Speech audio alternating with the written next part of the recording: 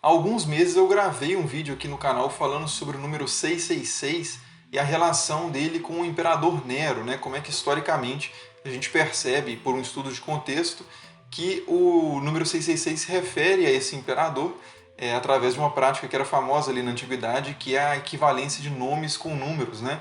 Que era chamado de gematria entre os judeus e isopsefia entre os gregos. Se você não viu esse vídeo, você pode clicar aí no card para assistir e entender com mais detalhes essa história. Mas nesse vídeo eu vou responder, na verdade, a uma pergunta que foi feita naquele vídeo, que é a seguinte, né? Como é que o autor do Apocalipse, se ele está fazendo uma profecia sobre o futuro, como é que ele pode estar se referindo ao imperador Nero, que era uma figura do passado, né?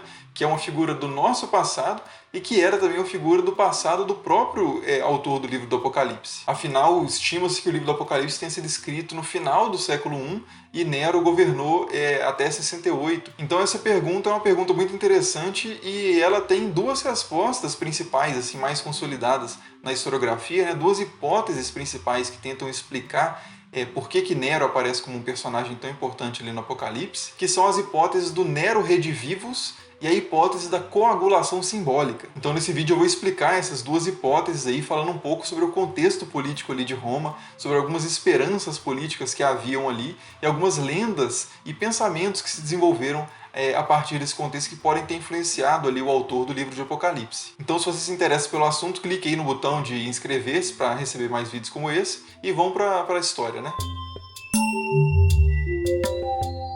Para a gente entender qualquer uma dessas hipóteses, a primeira coisa a ser feita é compreender uma certa atmosfera política que havia ali nos tempos em que o Apocalipse foi escrito, né, no final do século I, e que tem relação com a sequência de imperadores ali de Roma, mais especificamente com o fim do Império de Nero, que apesar de ter entrado para a história como um louco total, né, que pôs fogo em Roma, tocou harpa enquanto a cidade pegava fogo e imagens desse tipo, na verdade Nero era muito bem quisto, né? Era muito querido por boa parte da população de Roma também. Então, assim, a história acabou sendo contada mais por autores com um viés cristão, né? E para os cristãos Nero era uma figura muito negativa, mas havia muitas pessoas, principalmente nas massas, assim, que gostavam muito do teatro e do circo que Nero fornecia também, que o consideravam um grande imperador. Só que o Império de Nero acabou de uma forma muito trágica e muito antecipada, com provavelmente um suicídio dele mesmo, né? A gente não sabe exatamente o que aconteceu, né? Como a maioria das coisas na história,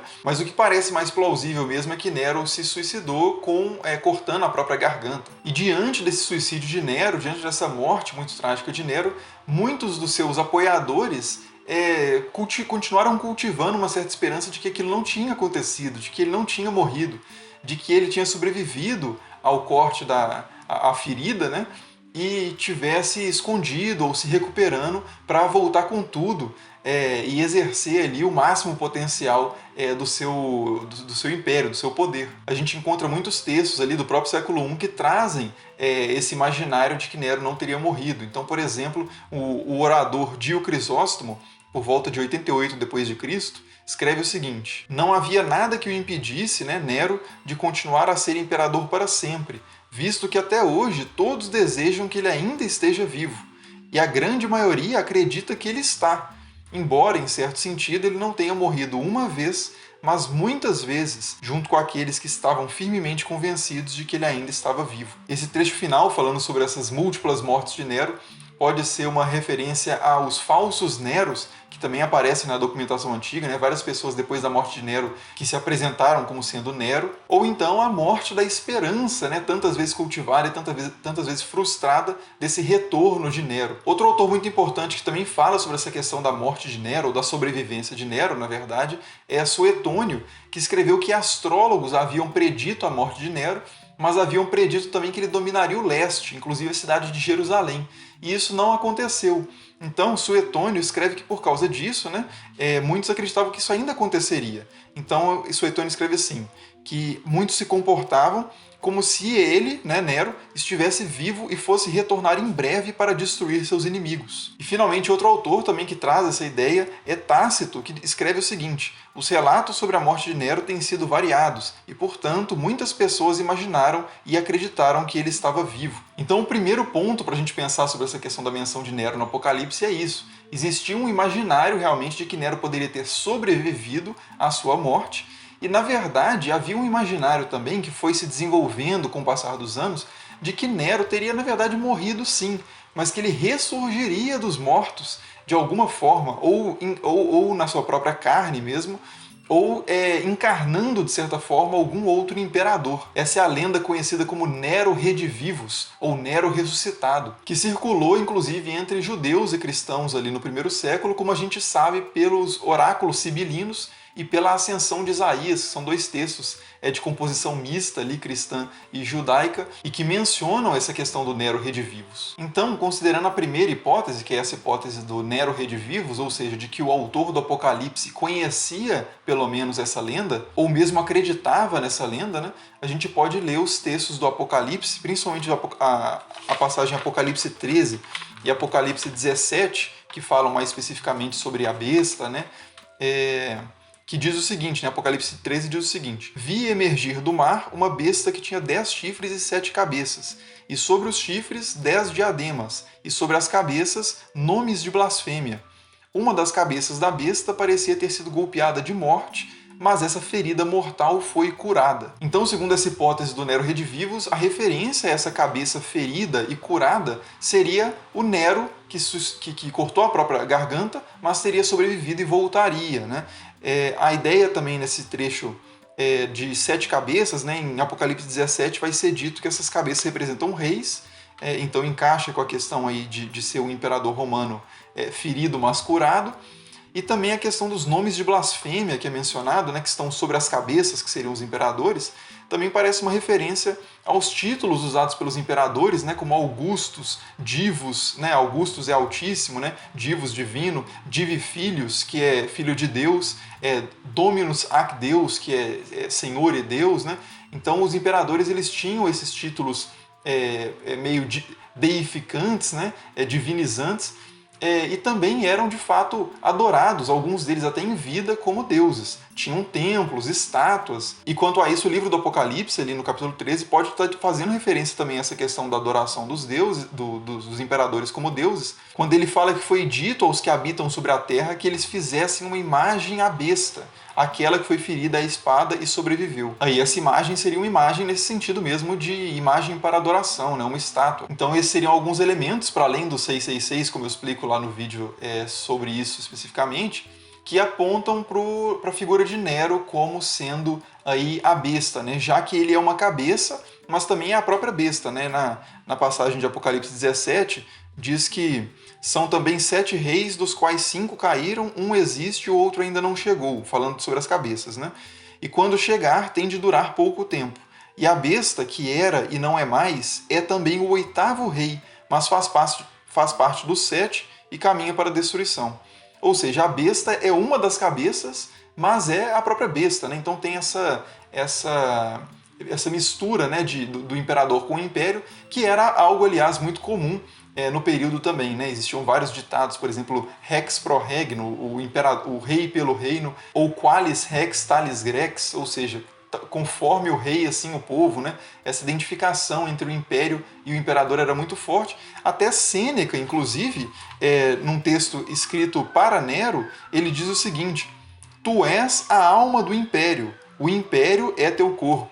Né? Então essa identificação era muito comum e faz todo o sentido ali com o texto do Apocalipse. Mas considerando tudo isso, há também uma segunda hipótese, para além dessa do Nero Redivivus, que é a hipótese da coagulação simbólica, que é um termo do historiador Jan van Henten, da Universidade de Amsterdã, que propõe o seguinte, né, que na verdade, o autor do Apocalipse conhecia a lenda do Nero Redivivus, conhecia essa expectativa sobre o retorno de Nero, ou essa adoração a Nero que poderia existir ali naquele período, mas ele usa isso como uma espécie de símbolo e não fazendo uma referência à pessoa do imperador Nero. Então esse fenômeno seria um fenômeno de coagulação simbólica, que é quando uma pessoa, né, quando um elemento acaba juntando, condensando, concentrando todo um simbolismo em torno dele, passa a ser de fato um símbolo de alguma coisa. Né? Por exemplo, hoje a gente usa muito Hitler, sei lá, como um símbolo da maldade ou da tirania. Então é possível xingar, né, um governante de Hitler, assim como se atribui frases de grandes líderes ou frases inventadas recentemente a Winston Churchill, a Napoleão, né? São figuras que coagulam assim esse campo simbólico. Então, nesse sentido, o autor do Apocalipse poderia ter visto Nero como um tirano tão tenebroso que ele passa a usá-lo como uma imagem de um tipo de governo e não fazendo referência a uma pessoa específica. E a favor dessa hipótese, a gente tem conhecimento de que realmente, poucos anos depois ali de Nero, já havia um uso do seu nome como um símbolo. Então o imperador Otto também, ele se autoproclama Nero Otto, né? Ele assume o nome Nero para si, para trazer esse apoio para ele, né? O imperador Domiciano é chamado de Nero Careca por Juvenal, que o considerava um tirano. E o imperador Adriano, nos oráculos sibilinos, que é o texto que eu mencionei, né, de composição mista ali, judaica e cristã, é chamado e tratado como Nero também. Então a referência feita ali em Apocalipse 13 sobre a besta, né, que aludindo a Nero, poderia não ser necessariamente um sinal de que o autor do Apocalipse considerasse a lenda do Nero redivivus verdadeira, mas que ele estivesse usando aquele imaginário para se referir talvez ao poder de Roma enquanto tal, ou a tirania enquanto tal, como a besta. E nessa linha, de fato, muitos autores cristãos ali dos primeiros séculos interpretaram o Apocalipse, né? Então, por exemplo, Hipólito de Roma considerava que a besta do mar é a própria Roma. Cipriano de Cartago considerava que Décio e Valeriano, que são dois outros imperadores, eram sinais do anticristo e que sacrifícios estatais que eram sacrifícios feitos em honra ao imperador e você era obrigado a fazer esses sacrifícios por lei, né? Que isso era o que estava sendo referido no Apocalipse como a adoração da besta.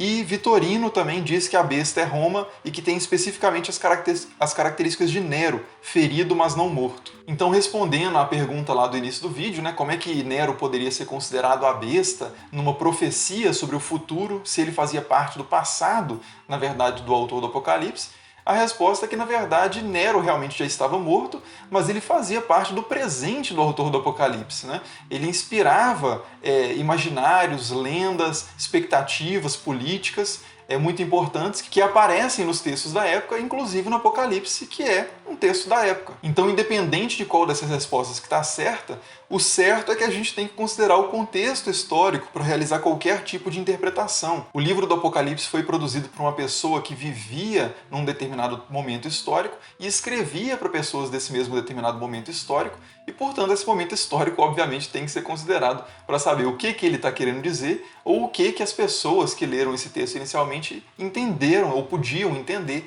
a respeito do que ele estava escrevendo, né? Então é isso, né? Deixe aí seus comentários com suas impressões e também qualquer dúvida que possa ter ficado. Muito obrigado por assistir e até o próximo.